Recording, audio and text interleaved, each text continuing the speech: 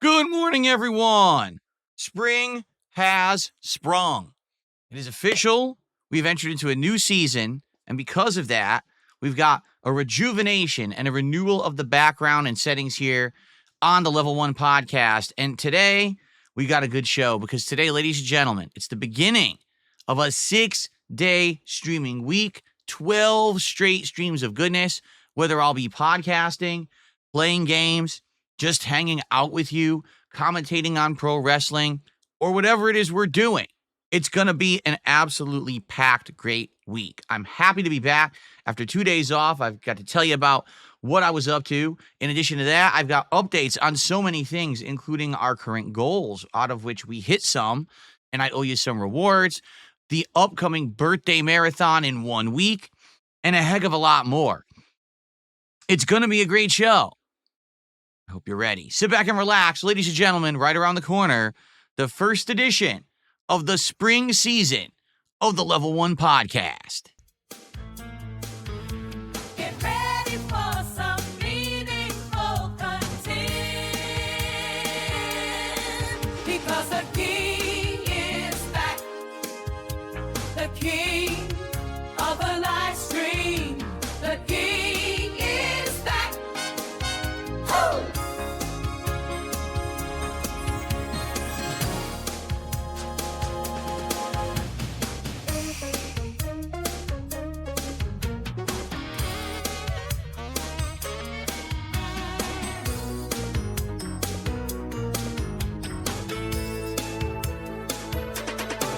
Because the king is back, the king of the live stream, the king is back. Oh!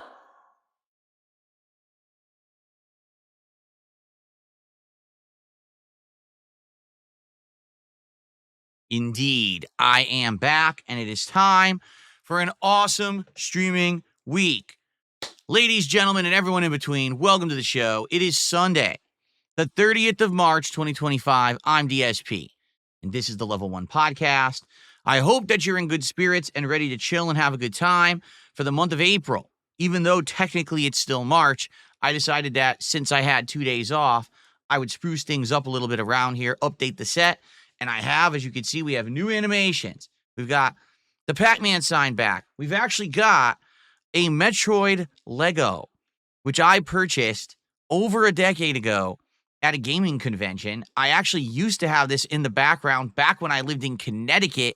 I believe it was actually on my countertop, on my bar, if you remember. And I realized this would be really cool because you could see through it. So you could actually see the lighting and everything. That would be pretty neat. Plus, we've been doing Lego stuff recently. It would fit in with the theme. And on the right-hand side, we got a brand new sign. Yes, it does light up. However, I am disappointed. It doesn't have light settings. Like, I thought that it was light adjustable. So I thought I would, dim it to the point where it looks good on camera. It doesn't have any light settings at all. It just turns on and off. When you turn it on, it is so bright, it blows out the camera. So I'm like, well, it looks all right, even off. It's fine. And, of course, the crown. And the background has been refreshed for the month. As you can see, I've rearranged it again. So now the blue has gone to the border and the white is in the center, which pops with the background lighting. So it should be fun. I hope that you guys enjoyed the refreshed setup and background. Should be pretty good for the month of April. All right. Now, we've got a lot to talk about. All right. So I've been off for 2 days, but I ended last week with a ginormous event, a very special edition of Smark Guys, my pro wrestling commentary show, where I had my first ever guest host. And of course, we're going to be talking about that during the course of today's show because we had the best attendance, the best engagement, and the best support that I've basically ever gotten during a wrestling commentary show. I can't wait to talk about it. All right, of course, we had Ethan Ralph as the guest host, and everyone's been abuzz talking about this show for the past 2 to 3 days. In addition to that, all right, we had 2 days off here with my family that I want to tell you a little bit about, stuff that I was up to and stuff that I was trying to prepare and improve, and It just didn't work out. Just life frustrations. What can I say? But this all leads into this week where we're going to have brand new games / continuing on playthroughs. We're going to have some awesome chill vibes, some DSP Tries It rewards, not one, maybe 2 DSP Tries It's this week. Yes, we might actually do 2 episodes because we did so well on Thursday. We hit the goals to lock into an episode of DSP Tries It, but now I can't give it to you today. It's literally out of my hands. I can't do anything about it, and I'll explain why in a little bit here, okay? But the good news is we are going to have a reward, and this week we have to finish our plans for my annual birthday marathon, which is going to take place this coming Sunday, 1 week from today on April 6th. We got to figure out exactly 100% what we'll be doing all that day, whether it's going to be Minecraft-centric, or whether we're going to have other things that I'm doing that day. You know, it really has to be determined because this is our last chance to do so before the event. So we got a lot to talk about and do. In addition to that, today is the Fatal Fury City of the Wolves beta. Well, phase 2 of the beta.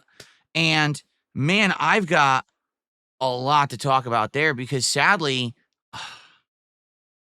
guys, the modern FGC is so disappointing to me.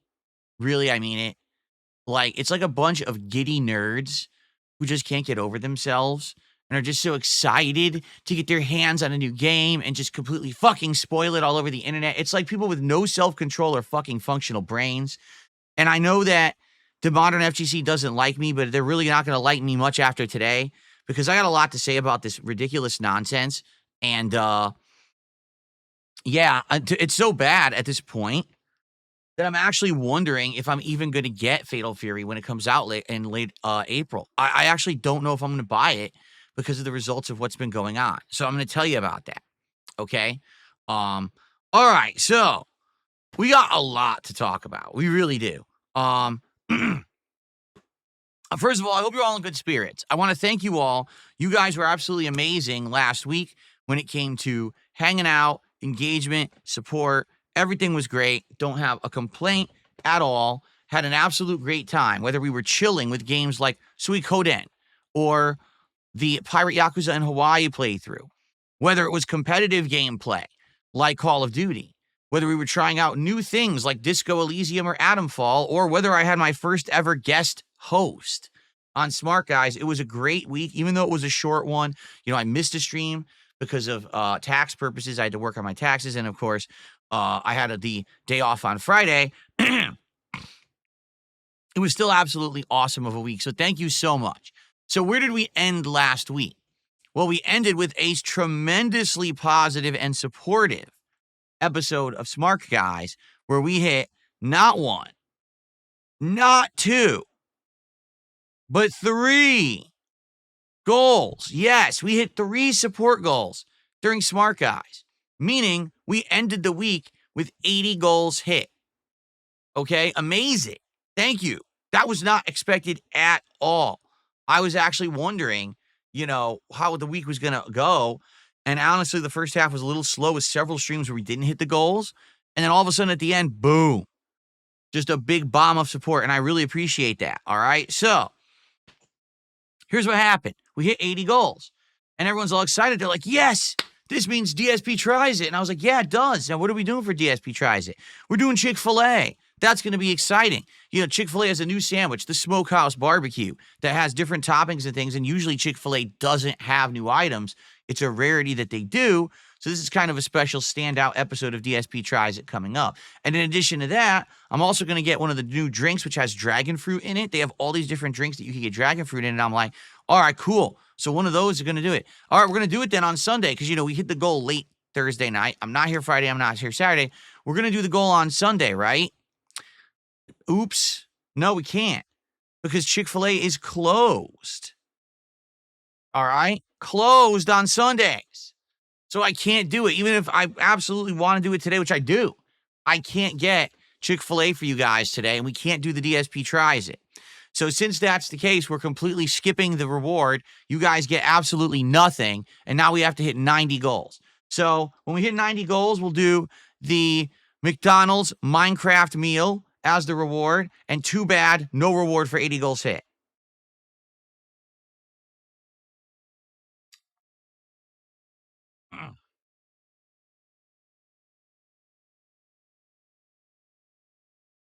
What's wrong?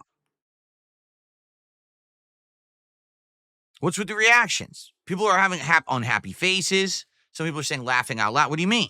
No, we're just not doing a reward. Forget it. There's no point. Everyone says the rewards suck anyway, so why would I care?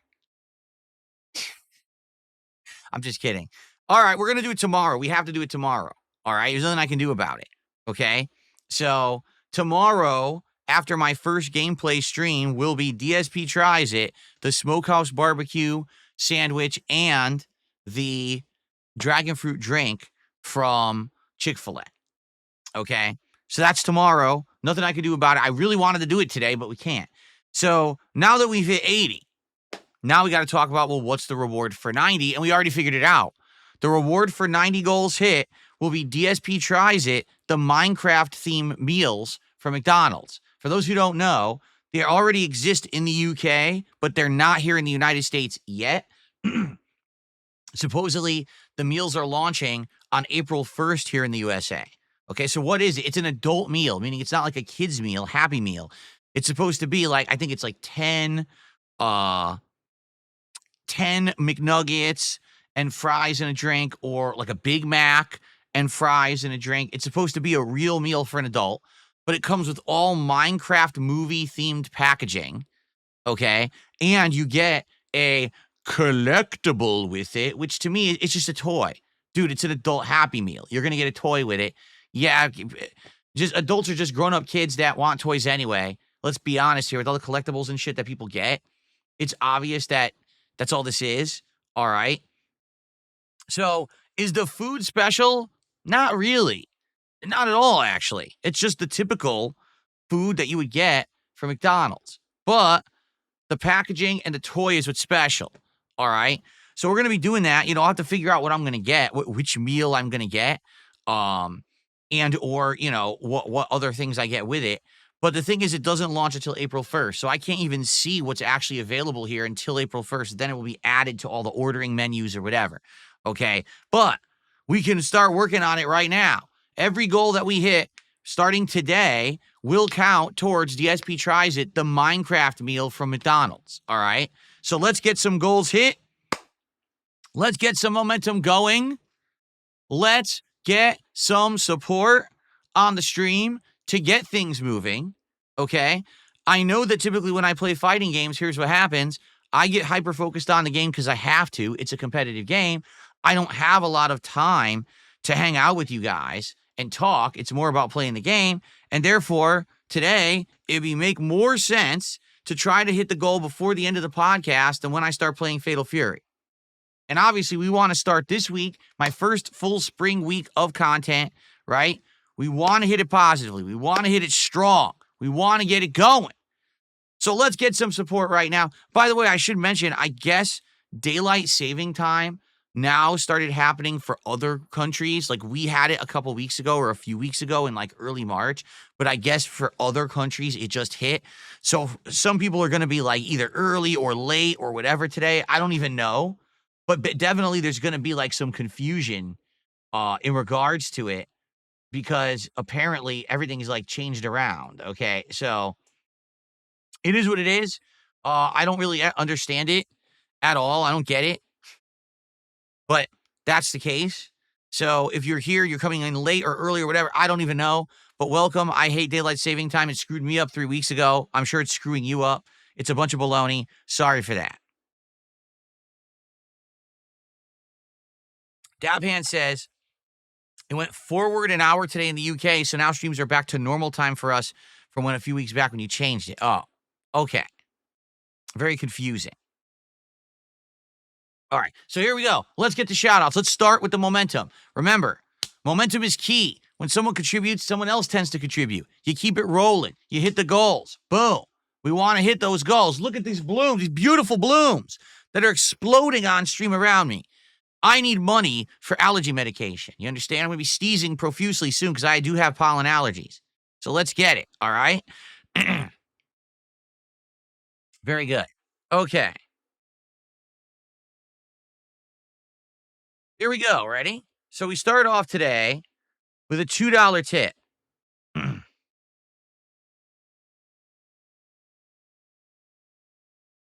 No. This is hilarious. Will you be removing the crown from your background?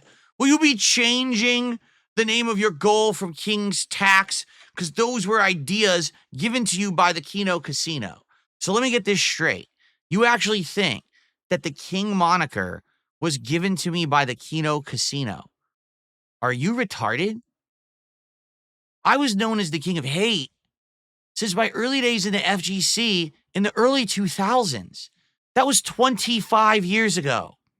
The Keno Casino were barely born. The fuck are you talking about?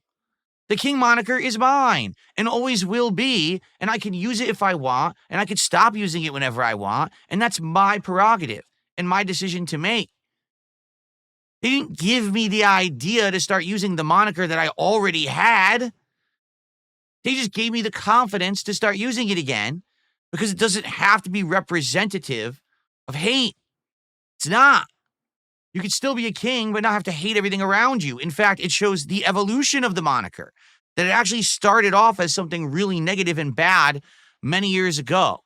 But then, over time, it evolved, it changed, and I formed it into something positive, something that people like to meme about, that people like to joke about. We all know I'm not really a king, but let's be honest, it's fun. It's fun to joke about it. It's fun to have it in the intro. It's fun to have a crown behind me and have it be part of my whole online persona. It's a fun thing.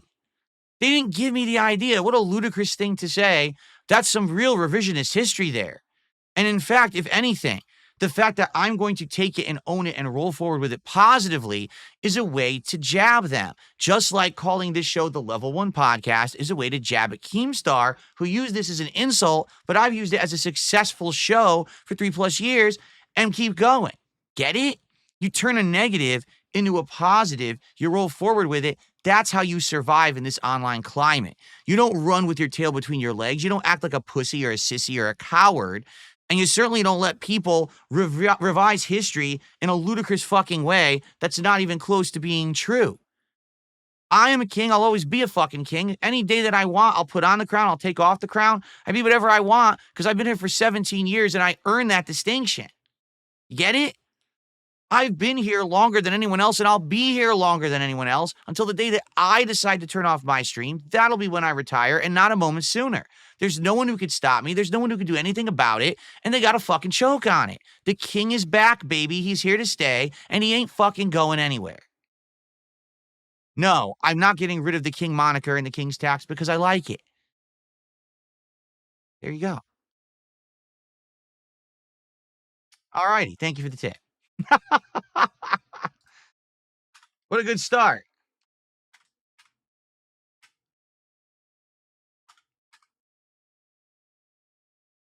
Very good.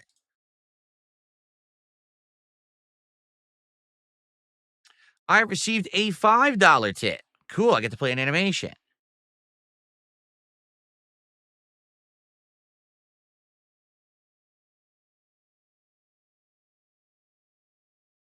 I could click on OBS. Thank you to Flatman B for a $5 tip. He says, "What's up, everybody? Happy Sunday. Jesus bless everyone and positive vibes." Yes, and if you're wondering why Chick-fil-A is closed on Sunday, it's because Chick-fil-A is actually considered a Christian company. They're owned by, like, Christian owners own the company and operate it. And as you know, per the Christian Bible and teachings, Sunday is traditionally the day of rest, meaning it's the day when you're not supposed to be working, but instead you're supposed to take time out to worship and things like that. And that's why they're not open on Sundays, which is why I can't get Chick-fil-A today. So there's your reasoning why. Shout out to Bobby Padlock, who I believe resubscribed to my Kick channel. Thank you, Bobby. That is our first sub of the day. So let's get that up on the leaderboard.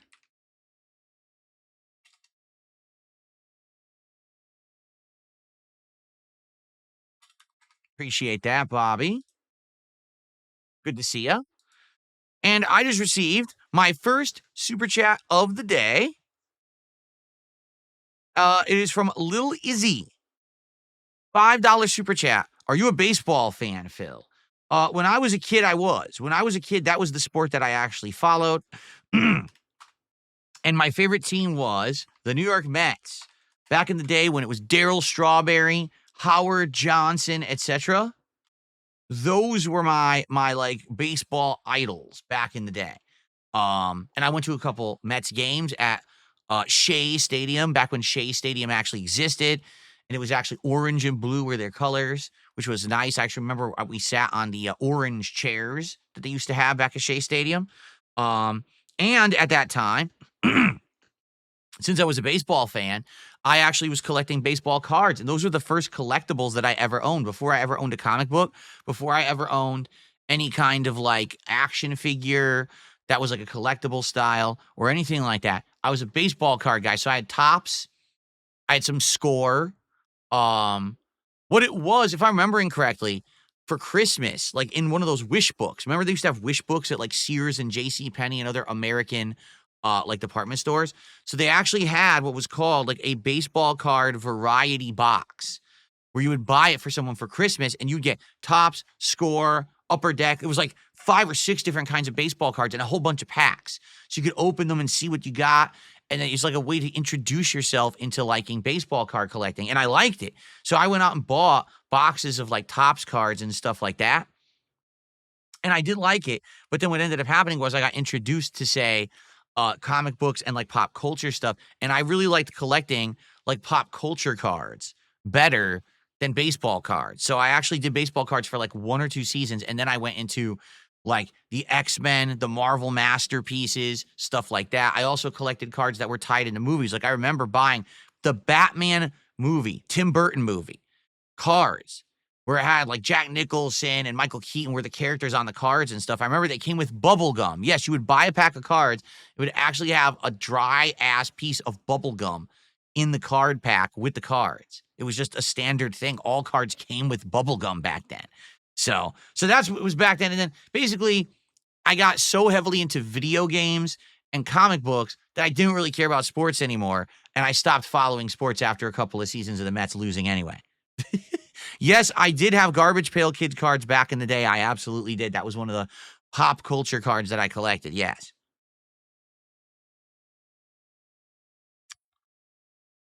Okay. I received a $2 tip. Swing my penis wildly on stream? No. I choose not to do that. I mean, I could, but then of course I'd be banned from YouTube and the internet. Uh, well, maybe not the entire internet. I mean, there's people who have shown their fucking buttholes and, guys like I Show Speed who accidentally whipped out their junk inadvertently. I guess if it's an accident, it's okay. But if you're actually like purposefully doing it in a sick, degenerate way, then I guess you can't get away with it. I don't know. But for me, I would never want to be an exhibitionist. I'm just not that kind of guy. All right. I'm happily married. And therefore that kind of stuff, it stays in my pants and is just between myself and my wife. So thanks for the request. But the answer is no. I'm sorry. I will not do that. Okay. All right, let's continue. So anyway, that is the contributions so far. So a good start. All right, thank you for that. Let's keep that momentum rolling. Like I said, once it starts, it's easy to keep it moving. So who's going to be the first person to do a membership or gift a membership today? Who's going to be the next person for a sub or maybe do 2 subs to unseat Bobby Padlock? Who's going to be, by the way, Little Izzy was a $5 super chat. I typed the wrong thing. Who's going to be the person to unseat Little Izzy with another super chat of $6 or more? And who's going to be the next top tipper above $5, right? Let's see who's going to do it. Let's get that up there. Let's get that momentum rolling. We want to hit the goals. We want to do that Minecraft meal as soon as possible, right? And that's the thing.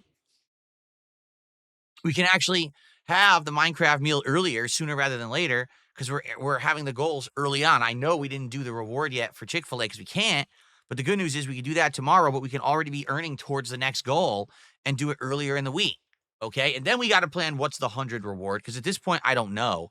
with our weird schedule being that in 1 week is my marathon for my birthday, I'm already giving you a marathon, right? So maybe instead of the marathon, maybe we figure out something else for the 100 reward because I'm already doing a marathon. But what would it be? Should it be another episode of DSP Tries It?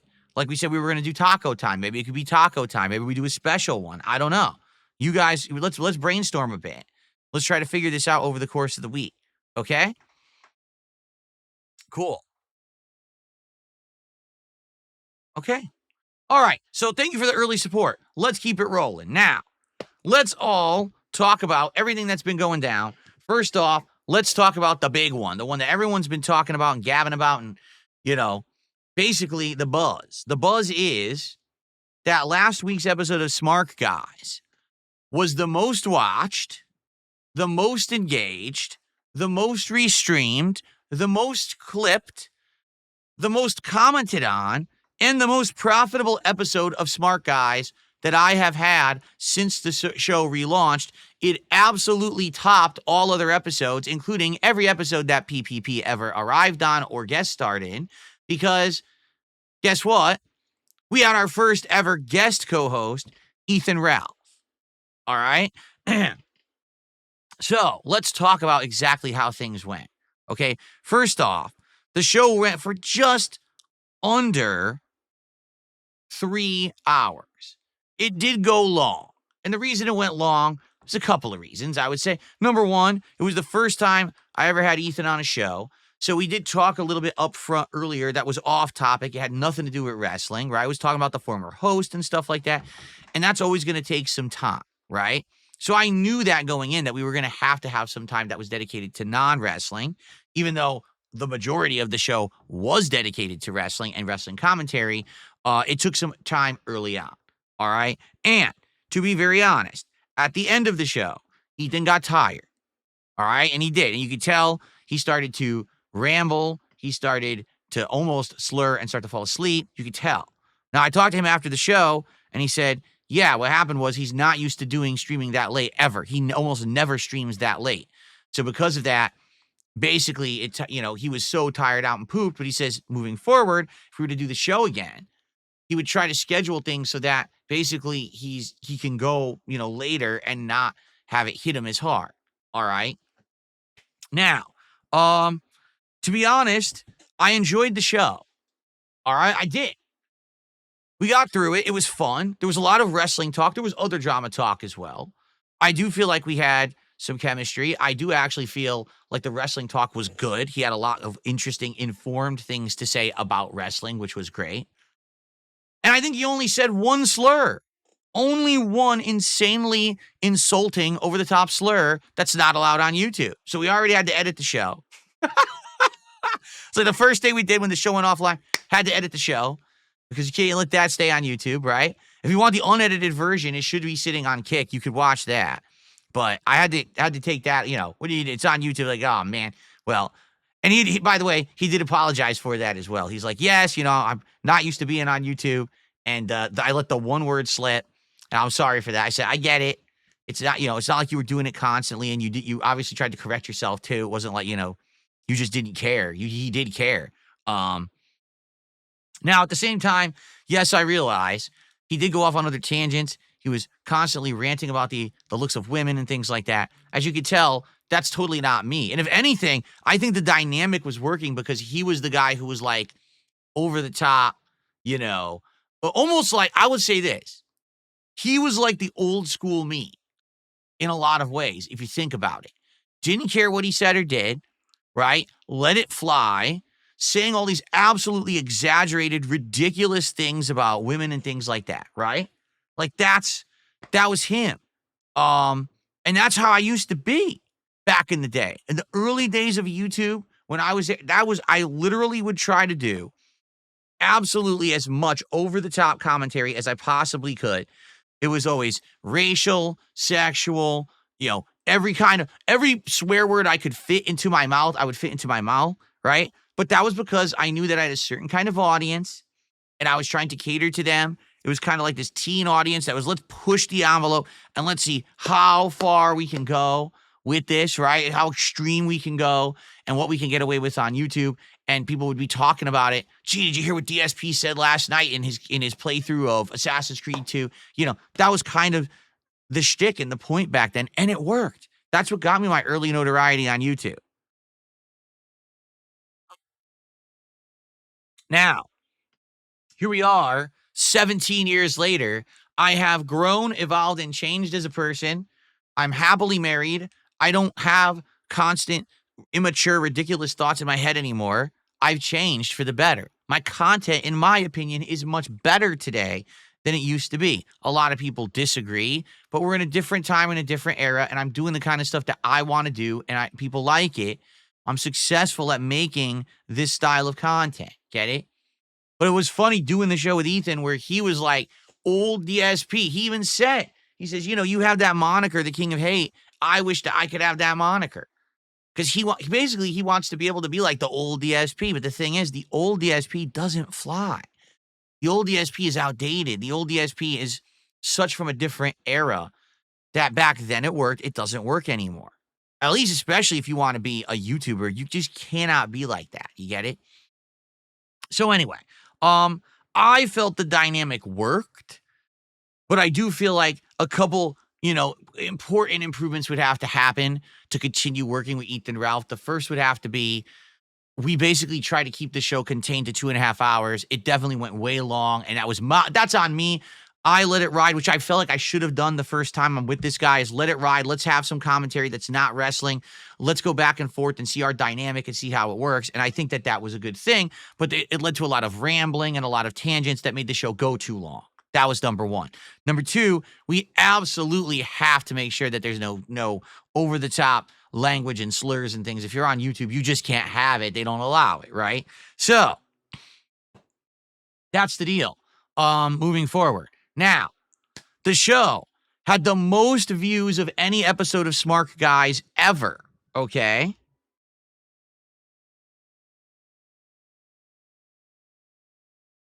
going to show you what I mean. There he is. So, just to show you what I mean, okay?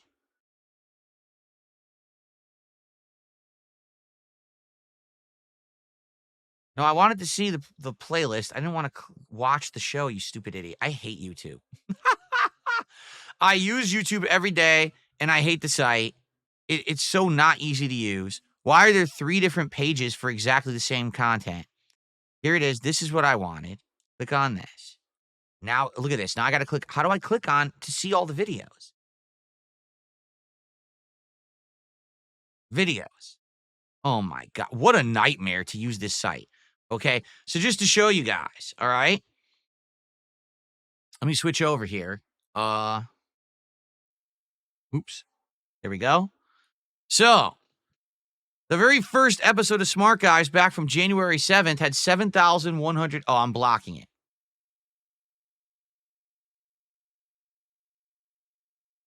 God damn it. Hold on. Get over here, Phil, you idiot. Okay, there we go. I'll just be facing the wrong direction. The first episode of Smark Guys, 7,164 views. Then we varied in views between 4,000 and 5,000, kind of up and down, depending on the week and what we were doing. It did actually really slow down at one point in mid-February. But then we took a break and came back, and it jumped up again. And then I went solo for a week. And then there was the week before, and then there was last week, as you can see. By far, the most viewed episode of the show that I've done. Now, to be honest, all right, every moron on the internet was trying to mess with the show. We had people coming in spamming with bots, which I completely ignored. If you didn't notice, I basically just didn't look at chat at all. I wanted to have a good show. I was like, I'm not going to let this chat, influence me or whatever, okay? Then we had people who were view botting the show, which I do not condone and I would never, ever do. View botting is completely worthless on YouTube. For those who don't know, view botting doesn't help on YouTube at all. YouTube just recognizes it and just deletes the views after the fact. You don't get ad revenue for it. You don't get anything for it. It really doesn't help you in any way. So view botting on YouTube is a complete waste of time. I don't know why anyone would ever do it. but some idiot was viewbotting us, probably to try to get attention on us, hoping that, Ethan would say something that would like get me banned from YouTube, although it didn't happen, luckily. So basically, yeah, at first it was funny when the show first went offline, it said it had like 12,000 views. And I was like, there's no way that's true. Now, if you were to actually take all the aggregate views from every single illegal restreamer, no exaggeration, I bet the show had 100,000 views. I'm serious. Because all the restreamers just steal my content live and rebroadcast it illegally, because it is absolutely 100% illegal to live rebroadcast someone without permission.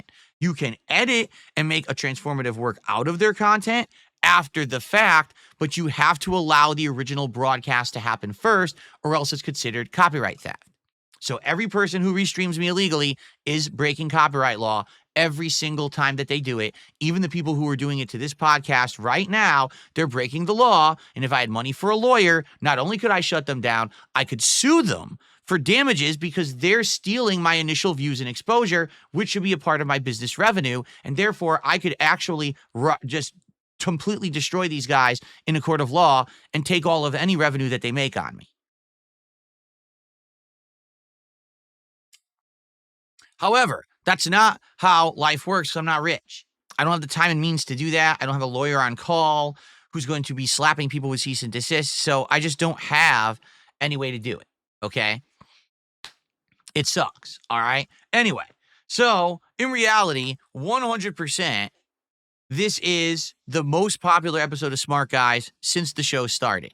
Is this surprising? Honestly, not really. And I think there's a couple of reasons why. All right.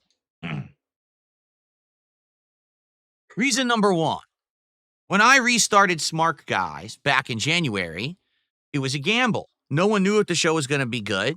No one knew if it was going to work out. And the fact that I was doing it with one half of Kino Casino, yes, there was some appeal there, but let's be honest, you had already seen me interact with Kino Casino several times over the course of the months before, whether it was me appearing on their show, us doing the co-op commentary on the Rich documentary, us playing games together, etc.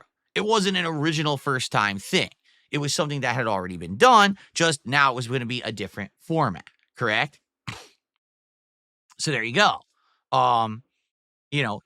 It was popular, don't get me wrong. That first episode getting over 7,000 live stream views is excellent. But at the same time, it's never going to go absolutely crazy when it's not a first time thing, right? So to be honest, I think the reason that this episode got so popular is very simple. Ethan Ralph, DSP, first ever crossover. There's that air of unpredictability. What's Ethan going to do? How's Phil going to react to Ethan and what he says? Is Phil going to dump Ethan from the show like he dumped Review Tech just about a week and a half before or whatever? There was all this kind of stuff that was going around, right? I think it went probably as well as it was going to go because I feel like if Ethan had held back 100%, the show would have been boring. But if he had gone full-fledged forward, the show would have been canceled. You know what I mean? It was kind of like just the right balance. Obviously, I would have preferred if there was no slur, and I also would have preferred if he didn't get so tired by the end of the show, because if you didn't notice, he started going off on tangents, and I had to rush the end of the show. That was the number one criticism, and I 100% agree with everyone on this. The end of the show, the last 30 minutes, was rushed, and it had to be, because I had to finish the show on time, and we had to still cover most of Monday Night Raw. And I was like, if we don't get through these results, we'll never finish the show. So I know a lot of people were like, man, you were just basically reading results. You guys were barely doing commentary. I know we had to get through the show. All right. The next time, if and when there is a next time where Ethan appears on Smart Guys, we'll do it a little better where we won't have as much off the cuff intro banter. We'll try to keep it moving a little bit better. All right. And we'll get to the point where hopefully we'll not have to rush through the end of the show. We could take our time with the commentary. Who knows? Because we don't even know what we'll be commentating on the next time that he appears. Could it be WrestleMania? Could it be a show after? I don't know. I don't even know what we'll be doing commentary on, right? So I hope that you guys enjoyed the show. If you didn't see it yet, it is live. It is the featured video over on the DSP Reacts channel at DSP Reacts. I hope that you'll give it a look. Thank you to those who have. Please leave comments. Let us know. Again, I'm reading all those comments and taking in all of your input on how the show went and all of that. But thank you. We unpacked 4 different packs of Topps cards on the show because I raised so much. All right. Now, a couple quick things that I want to address. Number 1, some people are like, oh, you didn't pay Ethan for his appearance? Well, no, because this was essentially his interview, right? I'm having him on, and now 2 more people will be on as guest hosts over the next couple of weeks leading up to WrestleMania. This was always the premise here, that I was going to have a series of guest hosts leading up to WrestleMania, and each one is getting a shot to show how can you do on the show. You know, can you go back and forth with commentary? Do you know your shit about wrestling? Are you entertaining? Right? Can you hold an audience? You know, all of this is a factor. Ethan Ralph was very entertaining, and he had some good knowledge about wrestling. We very well may have someone else on the show who knows even more about wrestling, but isn't as entertaining. We may have someone on the show that's purely entertainment, but knows nothing about wrestling. So what works?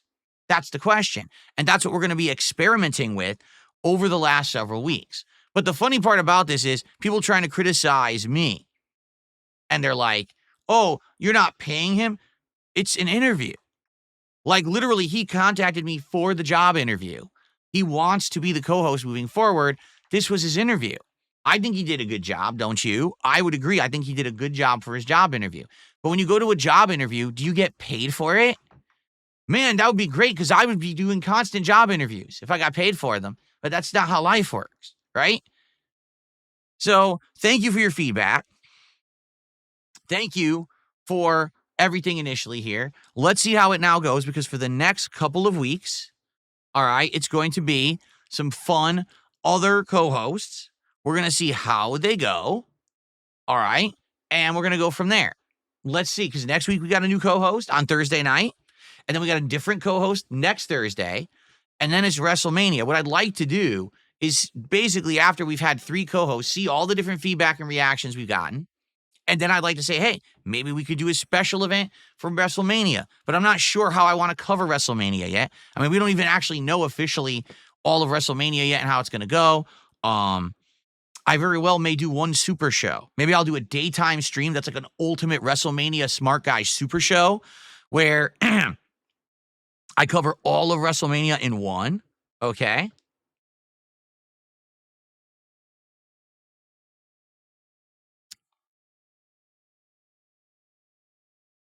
These idiots.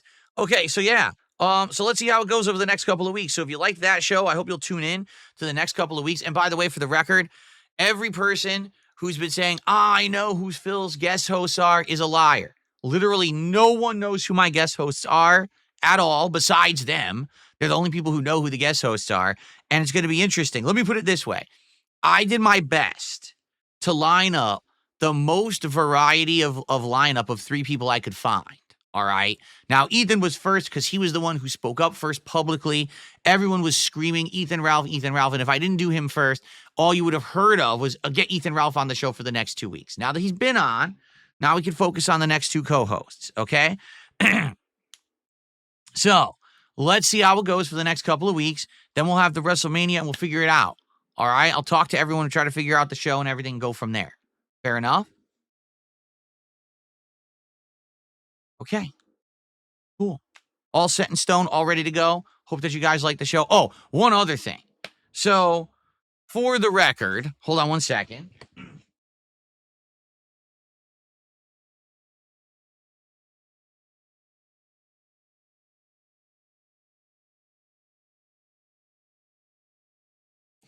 We unpacked 3 packs of these cards on the show. I had a box of, 4 packs. I had 1 pack left over from my previous box, and then I had another whole box of 7. So we unpacked 4 packs, meaning we already did 1 there and 3 here. There's only, I think, 4 packs left.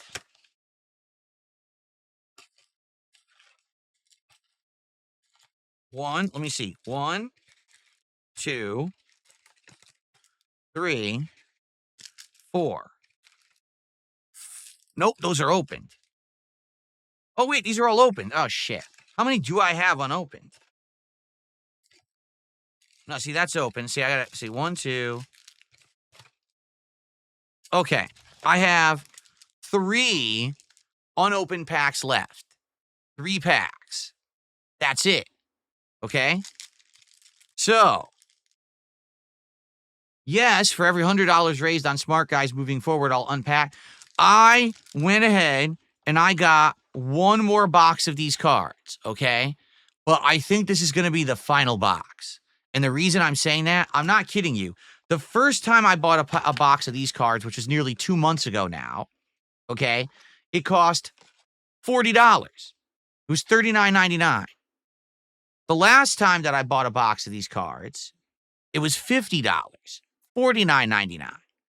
This last time that I bought a box of these cards, okay, it was now $65. And this time they charged me for shipping when previously shipping had been free. So I'm not kidding. This is now $70 a box and the prices are going up. The prices are actually increasing as the scarcity is now increasing because people are buying and opening packs. So there's less unopened boxes. Okay.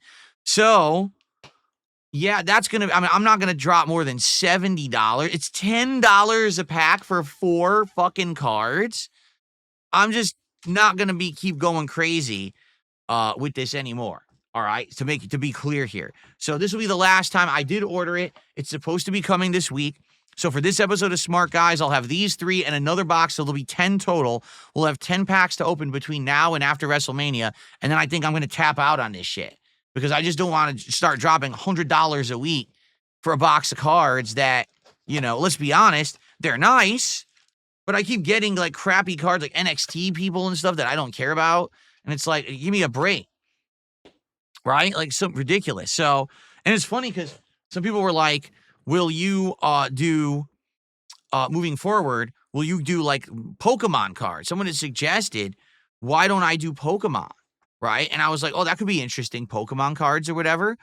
But then look into that. They're just as crazy, as expensive, and just stupidly over the top ridiculous. Anything that's a collector's thing these days is just out of control with its pricing. I don't know why. I guess we're back to the 90s because it was the same thing in the 1990s. In the 1990s, comic books cards were all over the top expensive. Then in the 2000s, the whole market crashed out because everything went digital.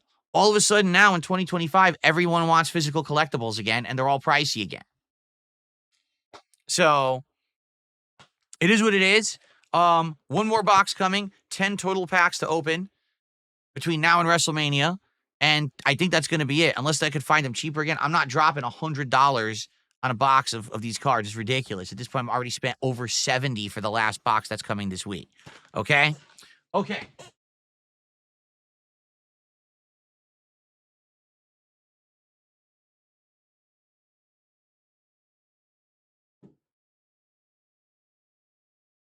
Let's do some more shout outs. Man, I got a lot to cover today. I don't even know if we're going to get through all of it. Because man, there's so much to talk about. All right. We got some tips coming in here. I received a $2 tip.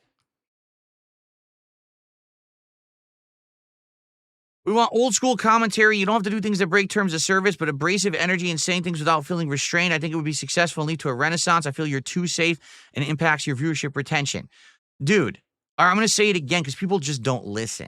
All right. That's what it is that it's not like I don't tell you, you just don't listen. I'm not the same guy I was 17 years ago when I was in my late 20s trying to do YouTube commentary. All right. I was working at an office job where I felt like I was overworked and underappreciated. All right. I didn't want to do that office job anymore if they were going to continue to treat me like that. When I started doing YouTube, it was just a hobby, but I said, hey, maybe I can get some notoriety. Maybe, you know, it's a way for me to release that tension that I had at work. So this was a persona that I was portraying that was over the top, abrasive. It was intentionally saying ridiculous things to get attention from a teen audience. All right. Because I knew that was what I was trying to appeal to at that time. Like that's who I was trying to market to, a teen audience wanting to watch gameplay footage. I'm now 42, about to be 43 years old in a week. I'm happily married. I've matured. I'm not the same guy from back then. My mind doesn't even think like that. I'm not wired like that anymore.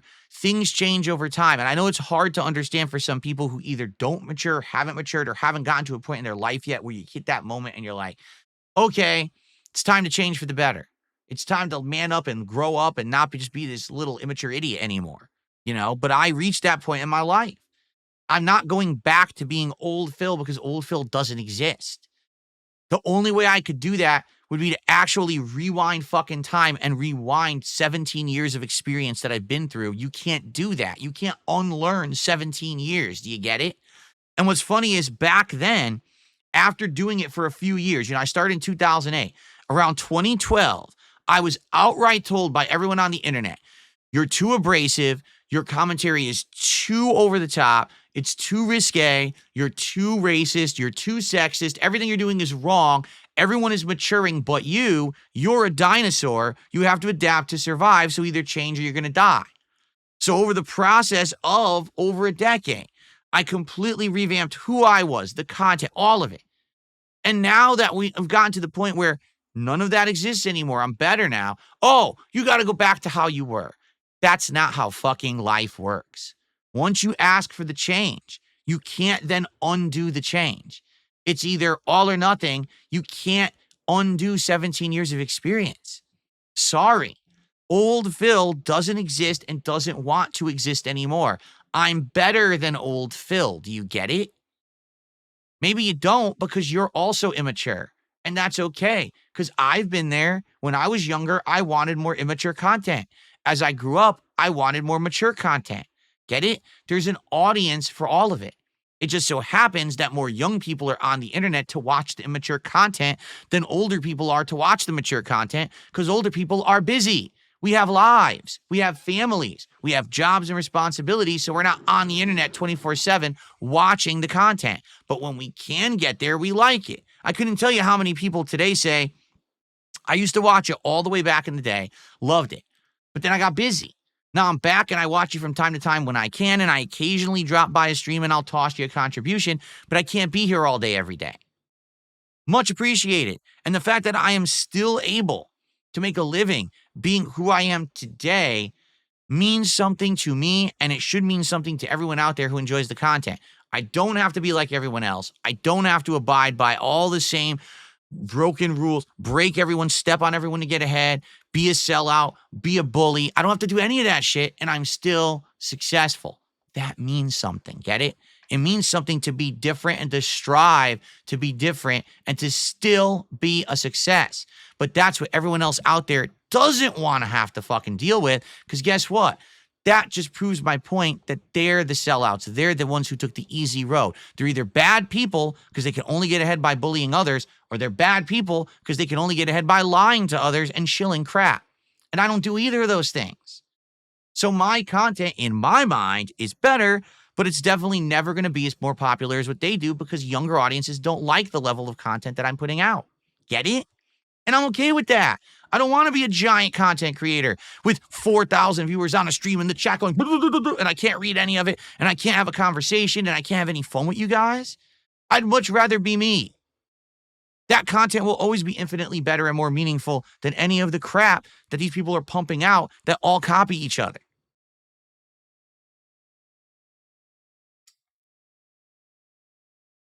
So, no, you're not going back. You're not going to see the old content. You're not going to see the old Phil come back. It doesn't exist. Old Phil isn't real. At best, the one thing I could do is try to pretend to be the old Phil. The guy who every moment had to razz the game that he was watching and make fun of the game developers and make a sexual comment and make a racial comment and make this and that, because that Phil doesn't exist anymore. Do you get it? He doesn't. There's no going back. Sorry. For as much as people want the old Phil back, the old Phil died a long time ago so that this Phil could exist. And that's what people told me they wanted, and I worked hard at it. And that's why I'm now happily married and all of this, because old Phil never would have been happily married. Are you insane? Old Phil would have been this ranting, raving, over-the-top lunatic. And I'm not like that anymore. Okay. Let's continue. I got a $4.20 tip.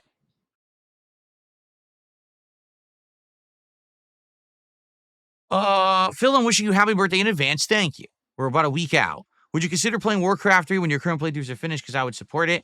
Man, I remember when Warcraft 3 came out, what a big deal it was. People were so hyped because it had been so long since Warcraft 2, and it was a modern take with 3D graphics, while Warcraft 1 and 2 were not 3D, but 2D graphics. And I mean, great. It exploded. Then it turned into that, the mod. What was the mod called? Dota or whatever? DOTA, I think it was called. And that blew up in popularity, and everyone played it again.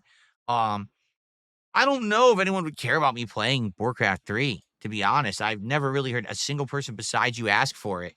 So I don't know how well that will go. You got to understand that I'm making content for an audience. I'm not making content for me. I got to do stuff that people want and will watch. So I don't know. I got a $2.25 tip from Puffy Nipples. I used to watch Smart Guys when he did it with Rambo, but last week I didn't like it. I think Ethan Ralph was drunk, and I couldn't understand him. Hopefully, the next guest will be better. We got 3 different weeks of guests, and I guarantee you every single week will be completely different. That was the reason that I've done it like this, okay? I know that Ethan Ralph isn't for everyone, but I knew that he was going to be the one that would be most vocal about being on the show, and everyone would be screaming for it. That's why he was first. It will be very different the next couple of weeks. Trust me on that, okay? All right.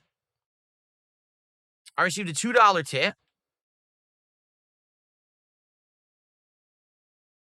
I didn't reveal anything about paying Ethan Ralph. He's the one who said it on the show, not me, for the record. Because this guy says, why are you talking about money and Ethan Ralph? I'm not. He's the one who said it on the show because he basically wanted to let everyone know that he was kind of doing it for free and it wasn't about him trying to make a buck and he was, being fake, that he really likes wrestling and he wants to be a part of the show moving forward. I never said it. He did.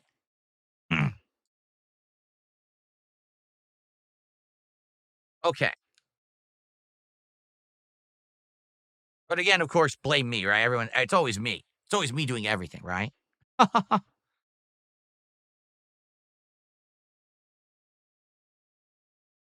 Okay. On the YouTube side, so there's a super chat, but I don't know what currency this is. So I have no idea what this is. Harjus Singh with a 40, I don't know what super chat says keep the grind up. But according to YouTube, it's very small. So I don't even know what to count it as, if I should even count it. I don't even know how to type that currency in. Um Harjas, if you're here, if you can tell me what currency that is, I could try to figure out how to convert it. But YouTube is saying it's the smallest level of contribution, so it means it's under $5. Um, Hello Voltage with a $2 super chat. New Phil is a better sport at Street Fighter. Well, yeah, I mean, old Phil, here's the deal. Old Phil didn't give 2 fucks about anything. All right. And the whole shtick was old Phil is better than you. Old Phil is, no matter what, the predominant better player in every competitive situation, right? And there's absolutely no way that old Phil could be beaten by anyone. If you beat me in a fighting game, it's because you're lucky or there's lag or whatever. Today, I outright admit I don't play fighting games that often. I don't really practice. I don't learn the meta of most games anymore. So for me, to even be winning against anyone who's considered a master level player, a top player, is pretty amazing and outstanding because I probably play 1/100th of as much as most of these people who are the tryhards who grind online.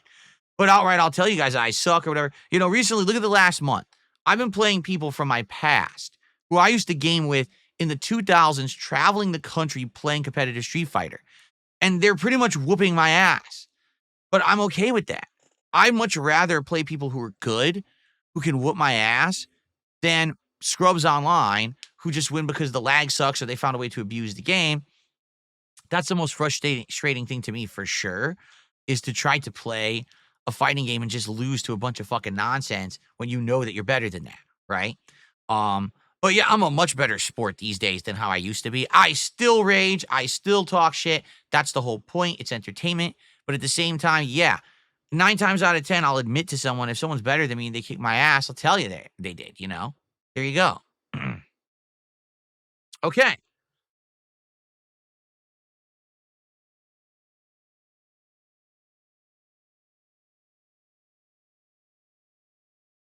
What is this game? I'm going to see if I can find it. A lot of people have been telling me about this new game that came out, but I don't even know what it is. See if it's real or not. Oh, there it is. It's the front page of Steam. Schedule 1. From small-time dope pusher to kingpin, manufacture and distribute a range of drugs. All right, how about this? Let's play this on my birthday. Because, again, we're not going to be able to do just Minecraft all day on my birthday. So why don't we play Schedule 1 on my birthday? Since you guys seem to like it so much, you've been asking me about it for the last few days. I'm going to put it on my wish list. Let's do it.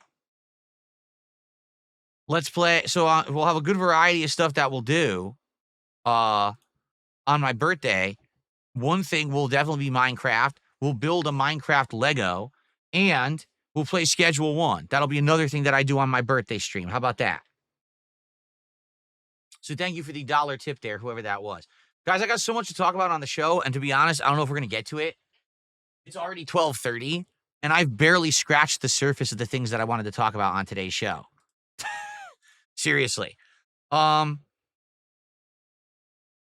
Neonverse Animations did a £5 super chat. I feel like you can make this channel into a tournament channel. You play all fighting games. You invite people to join and fight each other. Why would I want to do that? Number one, you have to understand something, Neonverse. Sadly, I have a giant group of really messed up in the head people who want to spoil anything that I'm involved in at any time. Okay? Anything. Right now, if I were to just set up an open lobby of a fighting game or Call of Duty, you would have half the lobby would be them with names that are insulting, racist, sexist, messed up stuff, doxing. They would go into the lobby. They wouldn't play. They'd be teabagging. They'd be blocking shots. They'd be fucking around. That's how these people are. They're mentally challenged mouth droolers.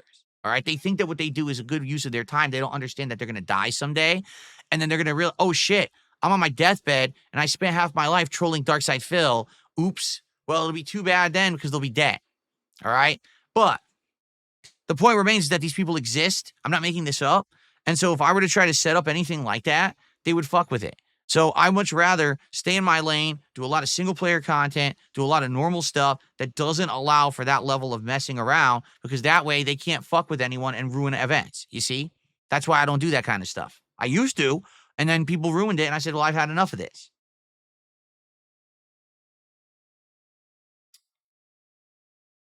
Okay.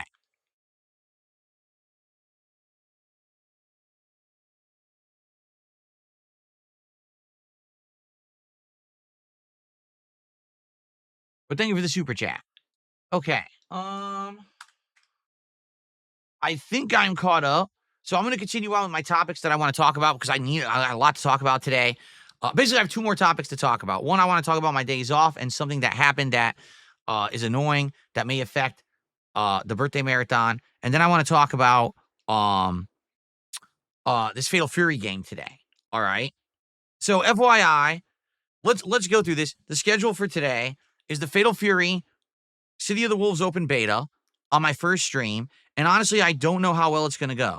And the reason I say that is, for those who don't know, the beta's been out since Friday. So it's Friday, Saturday, Sunday, 3 days of a new beta. Now, the last beta that came out, the online connections were atrociously bad, and there was no training mode available. So no one could practice, and no one could really play well because everything just lagged out like crazy. All right? So that's why they're having the second beta, because apparently they fixed that, and they want people to be convinced to buy their game. The first beta was not a very convincing beta because it ran so poorly. So this time around, the beta is out. Supposedly the connections are better, and there's a training mode. But now there's a problem. I'm not kidding you. This beta's been out for 2 days. It's been out Friday, Saturday. Today's the third day, Sunday. People have already completely destroyed this fucking game. What do I mean? There's already 100% guaranteed combos on the internet. There's already strategies laid out for each character. Here's the meta. Here's how you play this character at top level. Here's how they're dominant. They already know who like the top 3 characters in the game are. All of this has already been determined. And the game's not out yet. I'm not kidding you. They figured out, oh, you can do air throws and they grab you off the ground. What? Yeah, it's not supposed to happen, but apparently it's a game bug right now.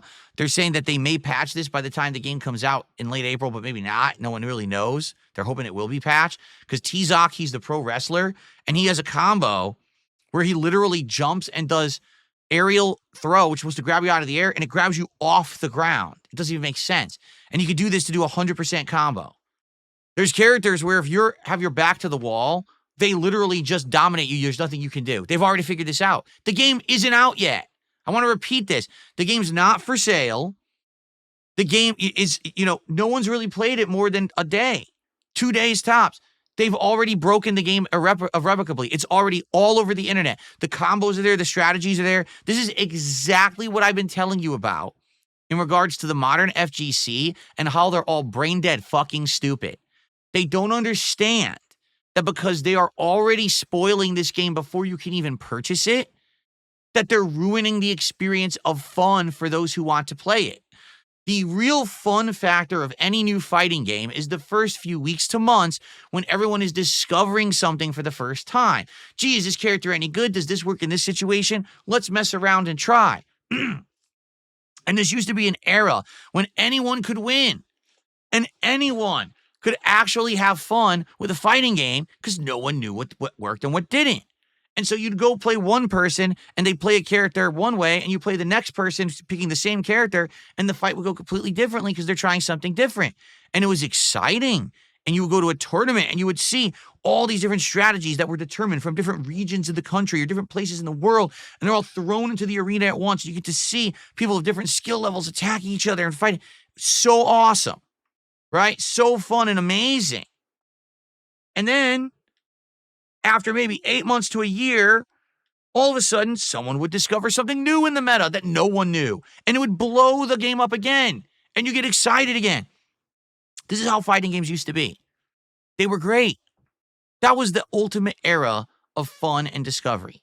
Today, these games are literally ripped apart, microanalyzed, and have all of their gameplay mechanics, combos, strategies, and broken meta exposed within a day the game is out.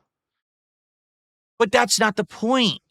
The point was to figure it out for yourself because that is a measure of skill. How fast you can learn and adapt on a game is actually a measuring stick of skill in anything competitive. And the fact that now the modern internet is so dumb, this FGC is so fucking brain dead stupid. They don't understand that sharing strategies online before the game's even out ruins the game. They're actually making fighting games boring. Folks, for 2 days, I had time off. I spent time with my wife.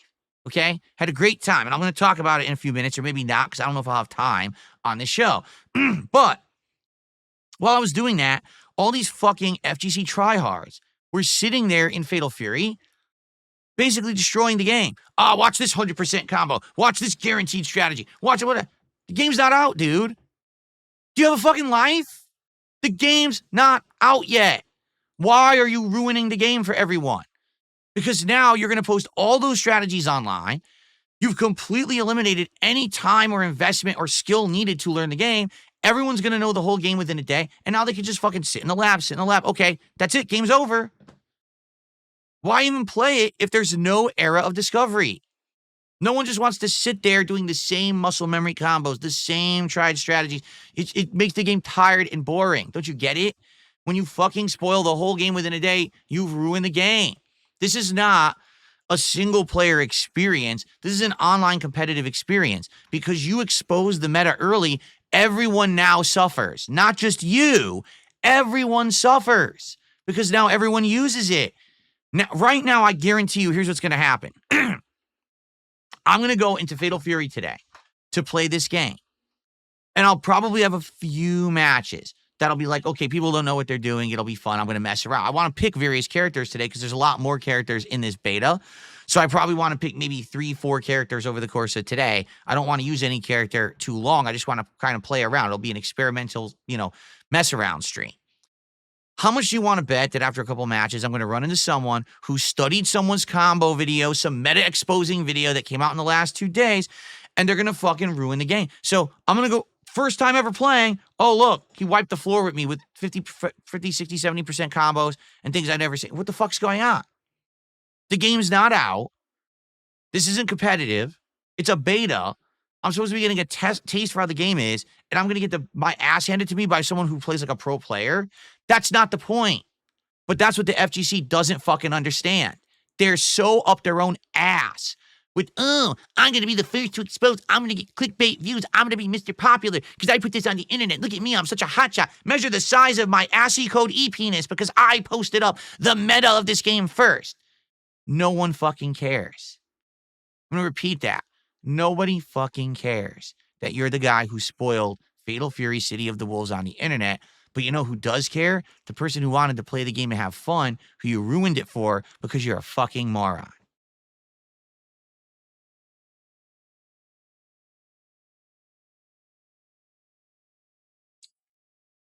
So, I'm going to be honest with you guys. Now that I already know that this game is broken, because it is. Like, people have already found out ways to get you to the corner and immediately do giant lockdown strategies.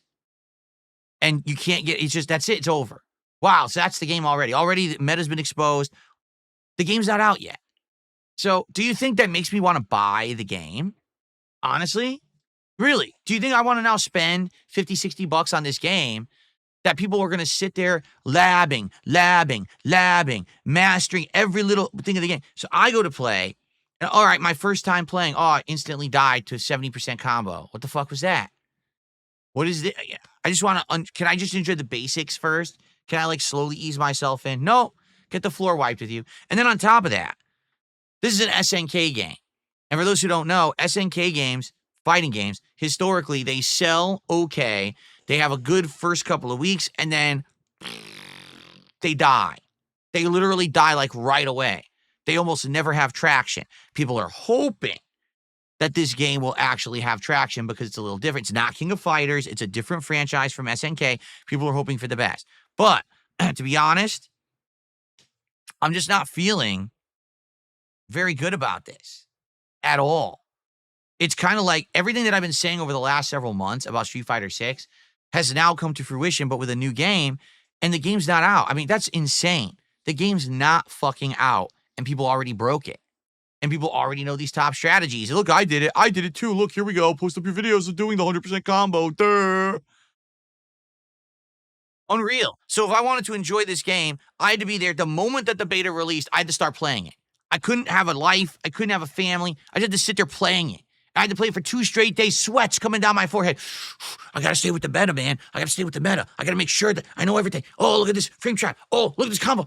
Cancel. Oh, TJ. Oh. No. That's not fun. That's fun for 0.001% of people who plan on maybe one day actually being a tournament player and winning and doing something with the game. But when that meta gets exposed and everyone decides to do it because it's easy to replicate, you've ruined it for everyone. I'm not even kidding you. I would bet that people doing that actually cost the game sales. That if that meta wasn't exposed, that if the shit was more interesting, there was more variety to it, there was more fun, more people would buy the game. Why is it that Street Fighter 4, before the era of the meta being exposed instantly, sold more fucking copies than modern fighting games? Why can't modern fighting games get to the numbers of Street Fighter 4? You tell me. There's obviously a problem. It's pretty easy to figure it out. It's just that the FGC doesn't want to admit it. Because if they admit it, then they realize their entire culture's broken. The entire culture of the FGC based on this internet hype monster bullshit. Post everything up, expose everything, get it out there. Blah, blah. It's a failed mentality. You can't do that with anything competitive. You've ruined the competitive nature of the game. There's no fun left. So now your game won't fucking sell, and it's your fault. But you don't get it.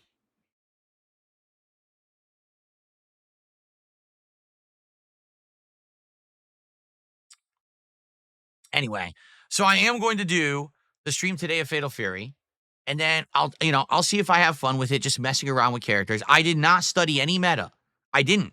I saw one combo with T-Zoc, 100% combo. I was like, this fucking sucks. And after that, I was like, I'm just had enough with this shit. It actually literally puts a bad taste in my mouth and turns me off to know that, number one, the game even has 100% combos, to know that there's strategies that are insanely dominant before the game's out, and that it's the meta of the game's already been exposed. Like, I don't want to play it. I don't see the point. But I'm going to play it today. I'm going to give it a shot. We'll see how the stream goes, but it's not going to be serious. I'm going to be, like I said, try maybe 3-4 characters, switch around a little bit, and then I'm just going to wait, because that's it. The beta's over today. They only had a 3-day beta, 2 of the days I was off, so this is really the only opportunity I even have to experience the beta. So we'll see how it goes today, and then go from there. I'm on the fence about buying the game at this point. Let's see how the online connections are today, because they were ass back in the first beta. I hope they're better today, but I am really skeptical about buying this game at this point, because I just don't think it's going to be worth it. Do you really want to buy a fighting game where every time you go online now, everyone's going to already know everything and just wipe the floor with you while you're just trying to play it casually and learn it at your own pace? And you got to invest so much time and effort to really learn it. It's like, fuck this. Like, no. I don't want to sit here and have to play 70 hours of Fatal Fury City of the Wolves a week just to hang out at any kind of a basic level in the game. I don't have the time for that. I'm in my 40s now. I want to do variety content. I don't want to be a sweats fucking player in these fighting games anymore. Nor should I have to be. But that's what they expect from you, apparently. Okay. I got a couple contributions. We had Review Dropbox USA, $2 super chat. Sounds like you're too lazy to get into the lab. No, I just have a life. I'm not a fighting game competitive player. My content isn't specialized on fighting games. I don't have the time or effort to want to focus on it. Do I like fighting games? Yes. Would I like to understand them at a competitive level? Sure. But it's so time consuming. It's so skill requiring. There's too much of an investment for no real reward. What am I going to invest 40 hours a week playing fighting games for? I'm never going to go to a tournament. I don't want to. I shouldn't have to do that just to play a game online. It's ridiculous. So I'm not going to. And if it means that I'm not going to enjoy these modern fighting games, then I guess it means that I'm just going to skip them. What's the fucking point? I've got other content I want to continue on with. I'm not going to have sacrifice all that because fucking Fatal Fury is coming out. That's insane. Okay.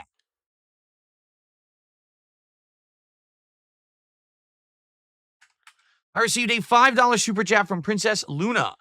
I agree, but I think it can be said for any game. I always try to figure out myself first, and then I get frustrated. Then I'll look something up in a guide. I understand. That's me too. Like, no lie, I would much rather play a game and try to understand it on its own merits and learn it for myself rather than have someone just tell me how to do it all from the get-go. I feel more rewarded and more accomplished when I learn and win for myself. A lot of people aren't like that, though. They don't care. It's just, again, it's that modern-day mentality. Got to get that bag by any means necessary. Now, I'm not saying that there's actually a bag of money in it, but to them, victory at any cost, doesn't matter how you do it. Fuck it. Go right online, watch the videos, copy the tech, sit in the lab, go online. Oh, look, I'm getting win after win now. Yeah, but did you actually earn it or did you steal it? You stole it because someone posted it online and all you did was copy paste. And all these games are so easy today, you can literally just copy paste someone's easy mode meta strategies and just dominate. It's sad. It's sad but true that this is what modern fighting games have become. Again, as I said last week, if there was actually a skill level involved in modern fighting games, meaning the inputs were very difficult to do, there was actually footsies or timing or anything required, right? Then it wouldn't be a big deal because even though they would expose the meta on the internet, it wouldn't be easy to replicate and only a small group of people would even be able to do it anyway. But that's not the case. Modern fighting games are very easy to play. It used to be that in a fighting game, all right, you would do a special move, like a fireball, and then there would be an EX version with 2 buttons, and then like supers would be like 3 buttons, and that was like old school fighting games that were like the Versus series that were meant to be dumbed down. Regular fighting games that weren't the Versus series would be actual complex motions, Shoryukens, 360s, complex things. Oh, you got to know the timing for combos and things. Now, none of that is needed. It's literally all button mashing and simpleton motions. It's like every fighting game you're playing feels like an old school Versus game. They've dumbed all the controls and inputs down to the point where anyone can do it with no skill. So because they took all the skill and challenge out of the controls, anyone can just replicate the meta within an hour. That's the problem with modern fighters. If they made them hard to play, then you'd actually have that wall where 60% of the scrubs would get smacked out of the way, and you'd actually have to have people with skill playing them to get good. But they eliminated that step by making them dumb down so that they could sell the games more, and that's what's ruined modern fighting games. Okay, someone named Dumb Woman, that's not me saying that, that's their actual name on Kick, actually became a sub this morning, so thank you for that. I don't want someone trying to spin that and saying that I insulted a woman. I did not. Review Dropbox USA with a $2 super chat. So you want fighting games harder or not? You're flipping. I just said I did. I said that's the problem.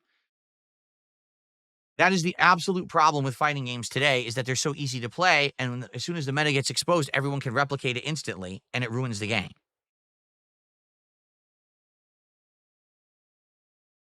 So here you go. I got a $2 tip. Don't forget, guys have already data mined this beta. See, I didn't even know this. They data mined the beta. Now they know everything in the game. They even have spoiled all the characters that are going to come in the future, and they have spoiled the entire story of the game. Because everyone wants clout and attention. It's spread out so far, you have to avoid social media not to be spoiled. Isn't that nice? But it's fine, right?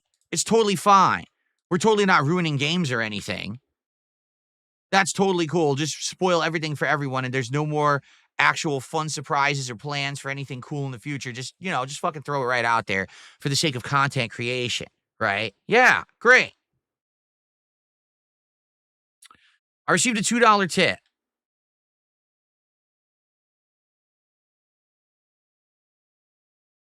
Listen to this. Are you saying people who put in the effort and time to learn the game don't deserve to win matches over those who don't? Are you a communist or something? No, I'm saying those who put in the effort and time to learn the meta of the game should keep it for themselves so that they don't just give that knowledge over to everyone for free, and now everyone can learn it instantly because the game has no challenge to the inputs, and now the game's ruined within moments. That's what I'm saying. The people who are learning the meta are then immediately giving it away for free on the internet so they can get clicks and clout, and it ruins the game. Period. Again, if the games were harder to play, it wouldn't matter because not everyone would be able to replicate the meta. But the meta's too easy to replicate. The games are for simpletons now. So the games suck. From a competitive level, these games are not good.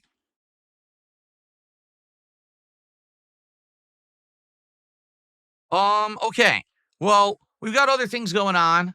We've now ranted about fighting games. So we'll see how this goes today with Fatal Fury. I'm just going to treat it as a mess around stream. I hope you guys will understand. I'm not trying to get great at the game. I just want to see a few characters and see how they play today. That's really the goal. Not looking for tons of wins or anything. I'm just going to mess around. It's not going to be like when I played with Mai and I was actually trying to win. Now I'm just going to be dicking around. I don't even remember the game. So I don't even remember half the inputs or any of the fucking mechanics or nothing. We'll see how it goes, I guess. So tonight, the return of Disco Elysium. I'm playing Disco Elysium on my late stream around 6:45 to 7 p.m. Pacific time. It'll be interesting because, man, it was a weird game when I played it last time, and I'm going to continue on with that. Actually, someone sent me an incredibly lengthy email explaining many things about the game that it's not apparent, and I'll probably read that out and share that with you when we start playing tonight to see if I can actually, adopt some of that stuff in my gameplay or not. But, hey, you guys loved Disco Elysium last time I played it. So hopefully you guys will join me tonight for it as well. It should be a great time on the late stream, okay? Over the course of this week, you're going to see more Atomfall tomorrow. Tomorrow night is going to be more Pirate Yakuza, okay? There's going to be more variety of gameplay this week with the Suikoden collection, and more later in the week as well. Smark guys will be Thursday night. Tomorrow will be the Chick-fil-A DSP Tries It. We're trying to hit goals so that we can do the McDonald's Minecraft meal DSP Tries It by the end of the week. All right? So one more thing. This is the big thing that we're all working on now, right? My birthday is in 1 week. So that is the next big marathon event that will happen here on the channel. Right now, we're going to be playing Minecraft. We're going to be building a Minecraft Lego. We're going to be trying out this what was it called? Something 1, Section 1. What was it called? Sector 1. Whatever this game is that's popular on Steam. We're going to be playing that. But we have to figure out what else we want to do that day as well. My wife will be making food that day, which will be great. I don't know what she's going to make yet. She's going to determine that over the course of the week. Schedule one. Thank you. It's called Schedule One. So we'll be playing that, or she'll be planning that over the course of the week. No, I'm not going to have a birthday cake this year because I much rather would have my wife make me food for that day for the marathon than a cake. Quite frankly, I like the birthday cake she makes me, but most of the time I have 1 or 2 pieces and then it just kind of goes to waste and we end up getting rid of the rest because I'm not a big sweets guy. I'm just not a big like sweets enjoyer. So because of that, most of the time it kind of goes to waste. I feel bad, you know? So, yeah. But anyway, what else are we going to be doing? All right. I don't know yet. Let's talk about it over the course of the week. There will be liquor where every $100 of support that I get that day, I'll take a shot. And I think I still have a variety of shots of the 99 lemonades and fruits and things that I've had saved, but maybe I'll get something else. I don't know if I'll get another whiskey or something. I got to see. By the way, the lighting is bothering me. There's sun outside and it's blowing my curtains here. It was seriously, the sun was bouncing off the white paint on my wall in my face. It was blinding me. You could see it on camera. It's gone now. How annoying. Okay, so we got to figure out what else to do on my birthday marathon. So we'll talk about it over the course of the week. I'm sure you guys will probably come up with something else to do. But I have a brief update. So over the weekend, during my time off, I said, I'm going to order one of these Minecraft Lego sets, which we had talked about last week. We had looked at them together or whatever. And I decided, man, I want to get that Lego set that has the sword because I think that would be cool. It really stands out. And I could probably put it somewhere in the background once we complete it. For the month, I think it'd be really nice. So I ordered this Minecraft Lego set, okay? And it was supposed to be delivered yesterday. It guaranteed, actually, that it was going to be delivered yesterday.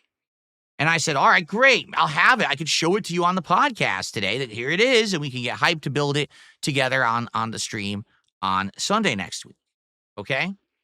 So we're waiting. And it says it's going to be delivered latest by 10 p.m., but it's supposed to be between 5 and 10 p.m. 10 p.m. comes and goes. We don't get it. I said, you got to be kidding me. This is the third time in 1 month that my wife or I have ordered something from Amazon, and it just doesn't show up. And in every case, the item has been lost. If one was the chair cover, remember I told you the original chair cover?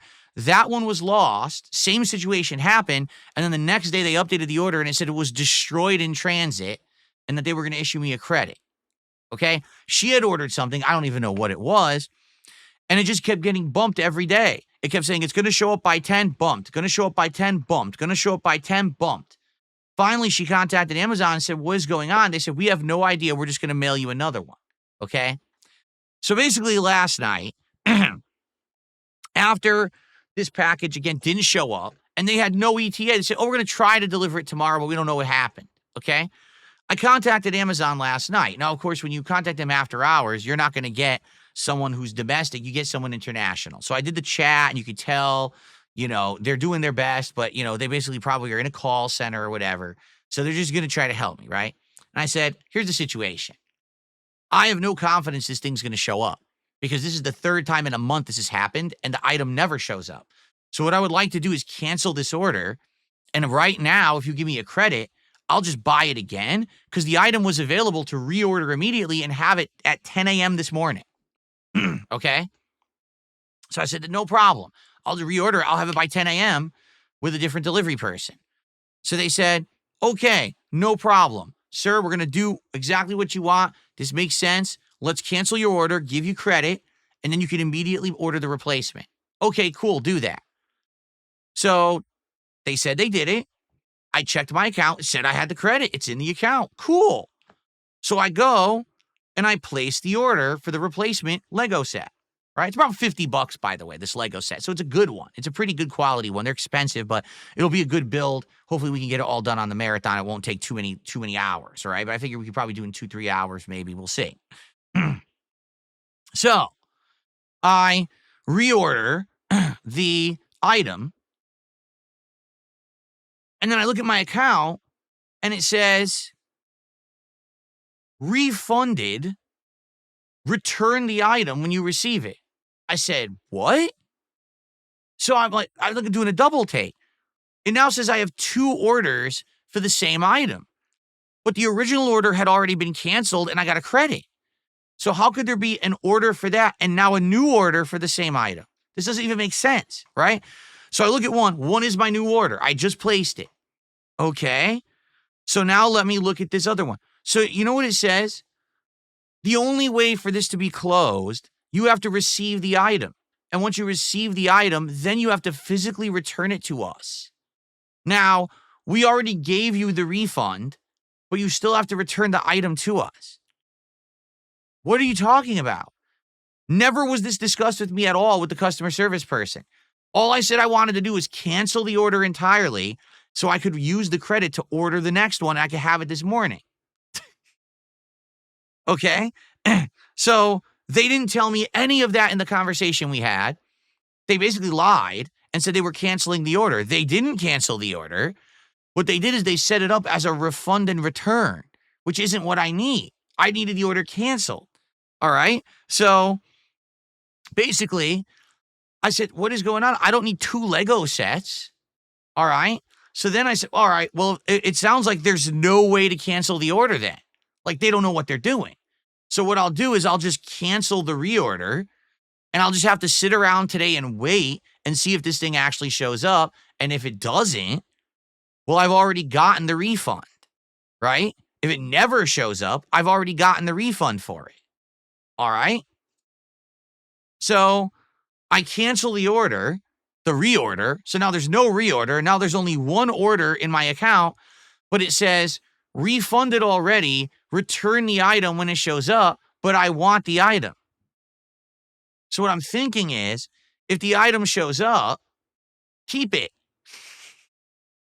And then if they say, well, we got to rebill you, then bill me. That was the point to begin with. Bill me for the item. You're the one who screwed this up to begin with by not delivering it and then not canceling it like you said. Because I don't want 2 Lego sets and I don't want to have to return a Lego set. I canceled the reorder, yes. You can't cancel the original at all. There's no way. Don't ask me how. You just can't cancel it in their system. All right? So that's why I was supposed to have the Legos today to show you and say, hey, here's the hitters. Let's get hyped for the birthday. They wouldn't have given it to me. All right? So there's nothing I can do about it. I'm just stuck. Now, here's the other kicker. Because in the system, it shows as already refunded, there's no tracking. So I actually have absolutely no idea if and when this will actually show up. It could show up at any point today, or it could never show up.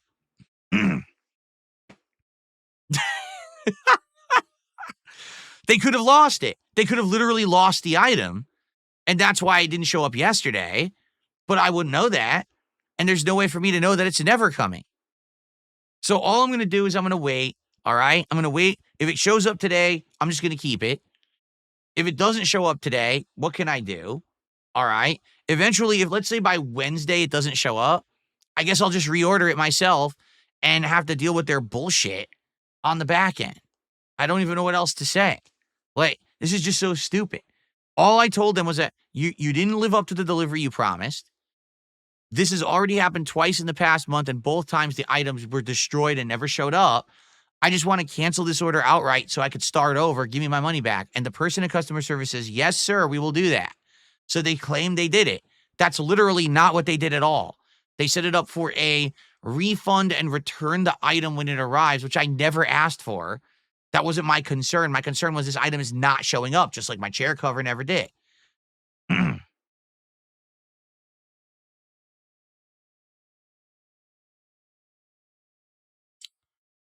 It's absolutely ridiculous.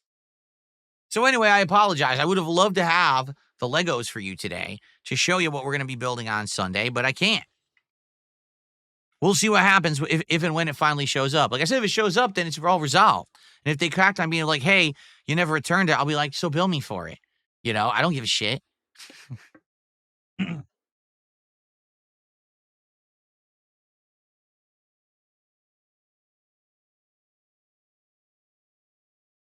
Ugh.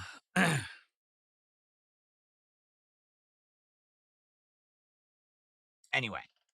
All right, so here's the thing. I had many more things to talk about today. Seriously. I had all these other topics to talk about, but we're just not going to get to them because it's already a long podcast. And in order for me to try various different characters in this Fatal Fury beta, we have to end the show now. All right. And I will say this. Thank you for the early support. You've already got me more than a third to the goal. But the concern is thus. When I start playing fighting games, obviously I'm focused on the fighting game. And typically, I don't really get to talk with you guys that much. Since it's not going to be a very interactive stream, it makes me worry if we're going to get any more contributions. Seriously, it does. So, what do we want to do? Really, what do we want to do? Do you want me to play this game? Do you not want me to play this game? What do you want to do? Because I feel like I'm going to start playing the game, and there's going to be 0 contributions, and then I'm going to start mentioning it, and everyone's going to be upset that I'm mentioning contributions because it's not an interactive stream. And to be honest, I'm just tired of it. I'm tired of getting criticized because if I put out certain kinds of content, people tend to contribute, and fighting games simply have not been it recently. So I don't even know what to do at this point. Like,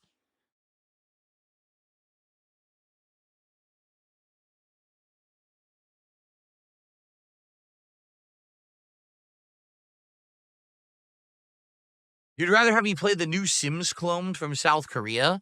Yeah, but isn't that you have to buy the whole game and everything? Yeah, I had that on my wish list.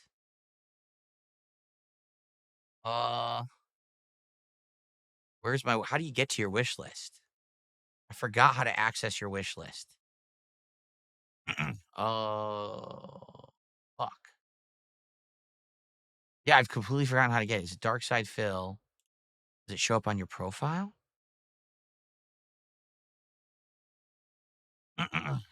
Wish list. Found it. Yeah, it's $40. Inzoi. I know exactly what you guys are talking about. It just released, right? Inzoi. People are saying this is what the Sims really should have been or should have evolved into, but they never bothered. Is it good?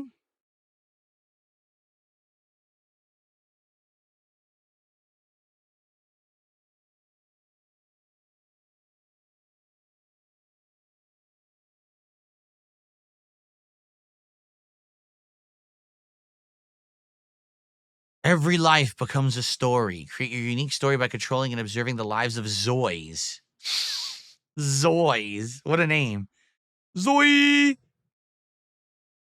9,942 positive reviews. Well, overall, it's very positive. 84% of the reviews are very positive. People really like it. Inzoi.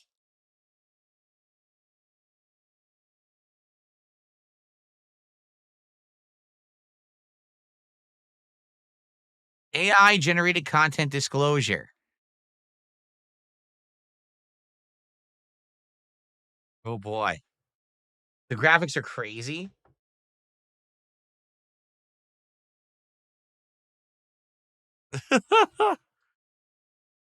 Listen, I'll get it, but only if you guys are going to stick around and actually like hang out with me and engage and we have a good time together.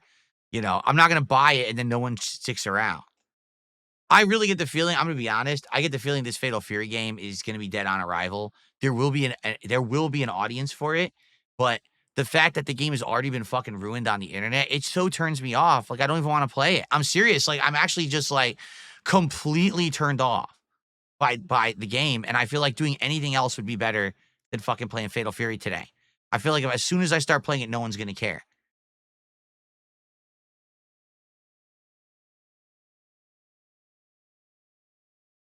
Yeah, I'm serious. I think we should do something different.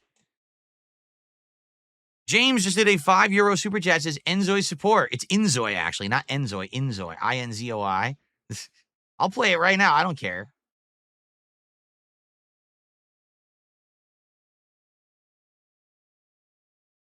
Mark says he played it 5 hours over the weekend. He loves it. Everyone likes this game, huh? I am going to play South of Midnight, the villain. I'm actually very interested in South of Midnight. It looks great.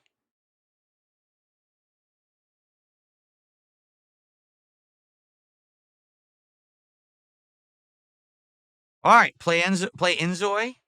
It's Enzoy, not Enzoy. People keep spelling with an E. It's with an I. Enzoy. I just got a tip, a $2 tip.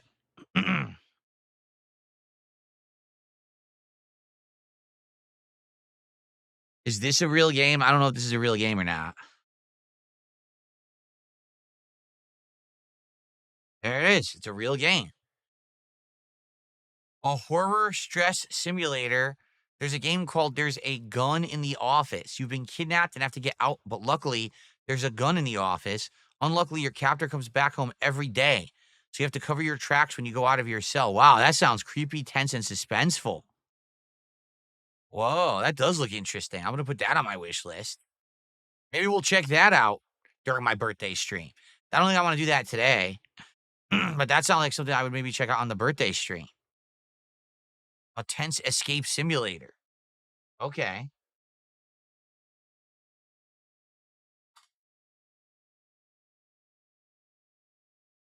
Okay. All right, well, I think this sounds like a better plan, honestly, than me doing this Fatal Fury. And by the way, I probably will play fighting games this week, Friday night. I just don't know if it's going to be retro or if I'll finally go back to Street Fighter 6. Maybe I'll finally go back to Street Fighter 6 for once because I haven't played it in so long.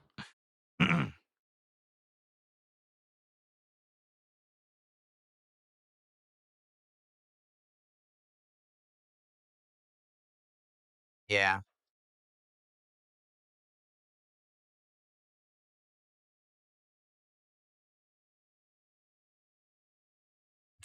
All right. All right, let's end the show. And it looks like we're going to be doing Enzoy rather than Street Fighter. I just received a $20 tip from Swagonito. Play some fucking Enzoy. Well, he just paid for half the game.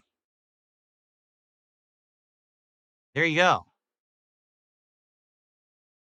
Thank you, Swagonito. Let's get that on the leaderboard.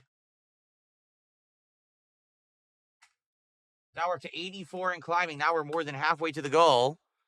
Like I said, I feel like a game like this is going to just ultimately be more entertaining to you guys than Fatal Fury. Just being honest. So I'm on the fence about Fatal Fury, and after this, seeing what I saw on the internet this weekend, it totally turned me off. This is the modern FGC. They just want to fucking ruin everything for everyone. So, yeah.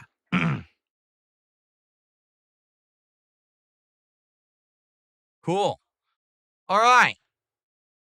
Let's do it. I'm doing it right now. Let's get this thing. Watch it suck. I guess it's okay if it sucks. I guess it's fine if it sucks. Just another one for the pile, but hopefully it doesn't suck. Hopefully this is entertaining. I'm getting it. All right, install content. Well, this is certainly a change of pace. Not what people were expecting, right?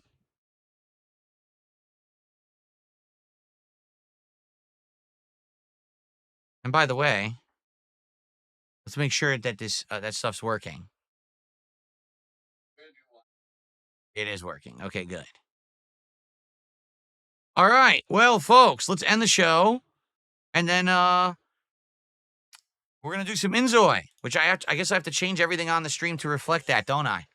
All right, guys. Thank you for watching the Level 1 podcast. This is what I mean about this being an interactive on the fly style show and how things have changed. We're going to do something completely off the cuff and different today that I hope you guys will enjoy. Thank you for watching. Thank you for your support. Thanks for your feedback. I will see you tomorrow. We'll talk about how Enzoy went as well as Disco Elysium. But in the meantime, I wish you the best. Have a good Sunday. See you Monday. And peace out.